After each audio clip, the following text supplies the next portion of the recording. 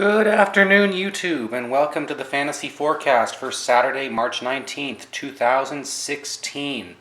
Results for yesterday, I don't see a point in going through them with you guys, really. I mean, I can do these things real fast just so you see, I mean, you can see optimal entries, though, like the ones that I had when I made changes at the last minute on some of these free ones because somebody was sitting. You could pull a really good score if you did that. These optimal lineups, that's why I give them to you and mention the injuries.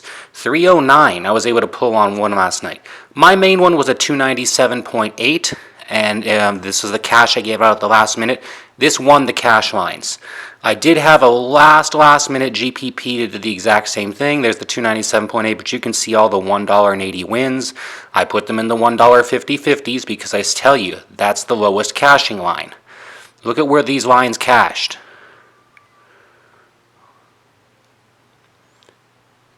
$283, and I had $297, a comfortable 15-point margin. Head on over to the free rolls, though. Double ups, again, a comfortable margin. You need to be 250. I was positioned 162. But look at the layup. When you get into the GPPs, guys, it's harder. I needed 306 to win anything on that, 10 points higher. Even the cheap $1 GPP is going to be around 300, I'm betting. 308, even a little bit higher. Remember, big slates, guys, double ups and 50-50s. That's your cash. Okay, now let's go back over to what we have coming up today. Right now, looking in front of you, you guys have Roto Grinders. We start off with them. Roto Grinders has Westbrook and Hill in the point guard position, Harden and Stevenson in the shot guard position, Barnes and Beasley in the small forward, Miles Turner and Montejunas in the power forward, and the center is Howard. And let me go ahead and get a number on that for you guys. That was projected at 311 points for today. Okay, moving on, let's go to RotoWire.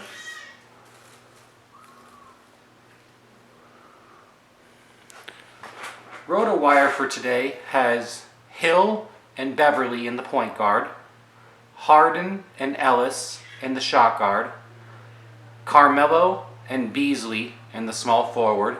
Are you guys seeing some similarities already? Millsap and Turner at the power forward, and Horford for center.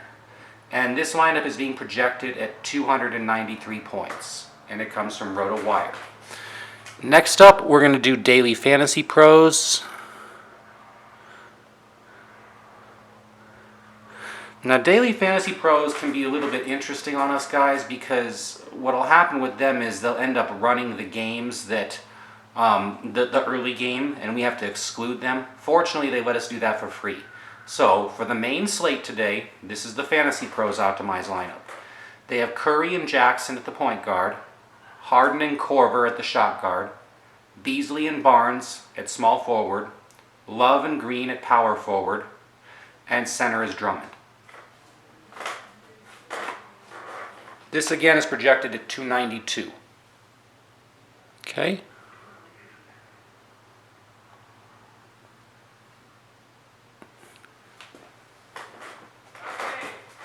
This one is Daily Fantasy Cafe. Daily Fantasy Cafe has for us, or wait, do they? Or is this a different one? Why do I see Westbrook and Mills here with Galloway? Oh, I think I might have had to do. Is it supposed to be Mills? I don't think it's supposed to be Mills there. Give me a minute.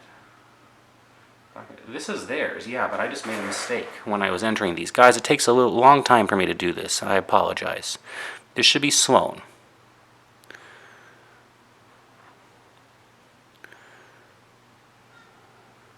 Okay. So, Daily Fantasy Cafe has Westbrook and Sloan at the point guard, Harden and Galloway at the shot guard, Porter and George at small forward, Ibaka and Spigats at power forward, and Drummond for the center. I know you guys are starting to see similarities between all the optimized lineups. This is why we do them. This one is projected at 302.5. Okay, moving on. Let's get to RotoQL, which is the one you guys like the most. I know that. Now that one was an interesting one for me to put together, though, because they also had the same type of issue. I think this is theirs. Let me look. Let's see. It took a while to pull this one up. Yeah, I think this is it right here. Okay, yep. So they projected this at 326 for the main slate. We have Curry and Mack at the point guard, KCP and Thompson at the shot guard, Bogdanovic and Barnes at small forward. You guys need to watch the Barnes news. I'll mention that in a minute. He might get suspended after the way he went off last night, so he might not end up playing today. We're still waiting for NBA news on that. Watch Barnes, and that'll give bumps over the Memphis players. But moving on. Power forward, Aldridge and Deng, and center Cantor. And again, they were projecting this at 326 points. Okay. And now we're going to move on to what I'm going to say is my optimal cash lineup for today. My optimal cash lineup for you guys for today has Westbrook and Curry in the point guard positions. And I explain my picks. With Westbrook, you have a high-scoring game, obviously. Oklahoma City going up against the Pacers. It's not the Golden State-San Antonio game. That one is really nice to target because it opened at 220 and had a very low spread on it, and they think it's going to play even. That's a great game to run on. But Westbrook is in a great position as a point guard against Indiana. And even if he only gets 32, 33 minutes, man, that guy can really pay you value. And we're looking for the cash floors here, like I always talk about. I'm not like, what if? Westbrook is going to give me 50. I'm going to pay for it, but I'm going to get my 50. Curry, hell, he could even give us 60 today, but his floor 50 is secure as well. I mean, it's a great high-scoring game. He's the league MVP. The guy is just on fire. And this is one of the only teams that can keep up with them, and they're going to force San Antonio to play a little quicker. Granted, Golden State might be forced to go a little slower on the back end of it, but games tend to pick up pace more than they do fall back. You can try the slow down defense, but it doesn't really work. So, not in today's NBA at least. At shot guard, we got KCP. He's been showing up everywhere, obviously, and I love his position against the Nets. They are horrible at defending the shot guard. Temple is the interesting play. I'm looking that Bradley Beal is going to be sitting again. And if Beal does sit again for the Wizards, and we're going to know that because it's a 7 p.m. lock, he's a great value at 3,800, and he makes the rest of this lineup work. You have to pick a small, smart value play somewhere to get this nice balance out of it with, good situations everywhere, and that's what we're doing. Same thing with Markieff Morris. He'll be somewhat forgotten because he only put up 30 points last night, and almost all of it was in the first half, if not all of it. That was bitty streaky. If the guy could play for 3 quarters, though, or a little bit more, like we kind of would expect him to, well, then that 30 points is just a floor. I mean, he did 30 and a half, guys. So I like the 30 again, but we got upside to 40 here. Great for a cash game. Beasley, if you guys don't know the story yet on Beasley over there in Houston, let's just pull up his stats real fast and see what's going on. All right? And it says it right there. Career resurgence, badly needed infusion of offense off the bench for the Rockets at power forward, could push for the top spot, blah, blah, blah. This is a guy right now that is just picking up his minutes off the bench and pulling incredible value at the $4,000 salary. Look at the last 3 games. Even with 20 minutes, he put up his 27 in that Clipper game. They need his scoring. They need the work right now. And, so just run it. Just take a trust on the computers here and see. The last 4 of the 5 games all coming up at 30 points. If you can get 30 points for $4,000, and the Hawks are not a wonderful team. I mean, obviously it's going to be good on defense for the small forward there. You're going to be happy. Let's take the 30 points, the 7 times value that you really can't match it anywhere else, and move on. That's why he's in everyone's lineups. Thad Young and Favors. Thad Young is like Mr. I've mentioned before, Steady Eddie, but I mean, this guy is Mr. Consistency. He's always putting up 35 points for you. The price is there for you, but someone has to get something done for the Nets, and they usually end up turning to Thad to get something done.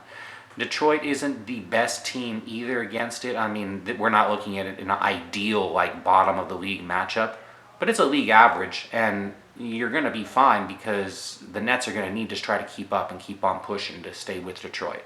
So I would expect Young to get more than his normal share tonight. If you look him up, he's around a 37 average or so. I would expect you're looking at about 40 tonight. The floor is still 35. Favors is in the best position of all tonight. Favors all day long. The Bulls cannot defend the power forward position at all, and they're gimpy right now too on top. I mean, the injuries have ravaged them. Yeah, they just got Butler back, but I mean, it's just horrible over there right now, the guys that they're running. And you can't really get much upside from that value because the Chicago players are only picking up a few extra minutes apiece. I mean, you get Portis that gets a few extra minutes. You end up with let me just explain it.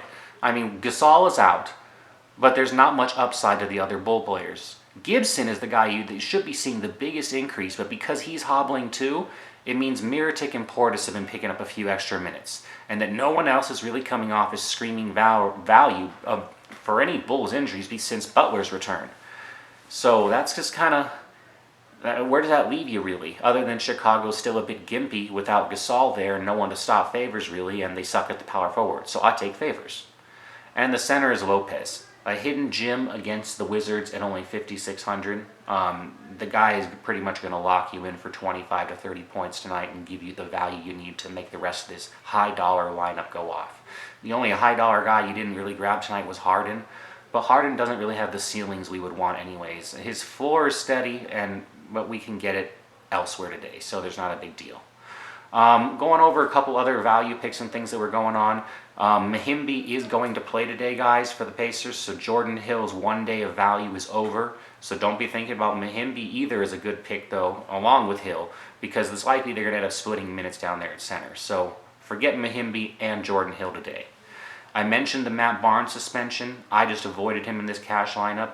If he is suspended, regardless of the huge price increases for Stevenson and Green, you got to consider some Memphis guys.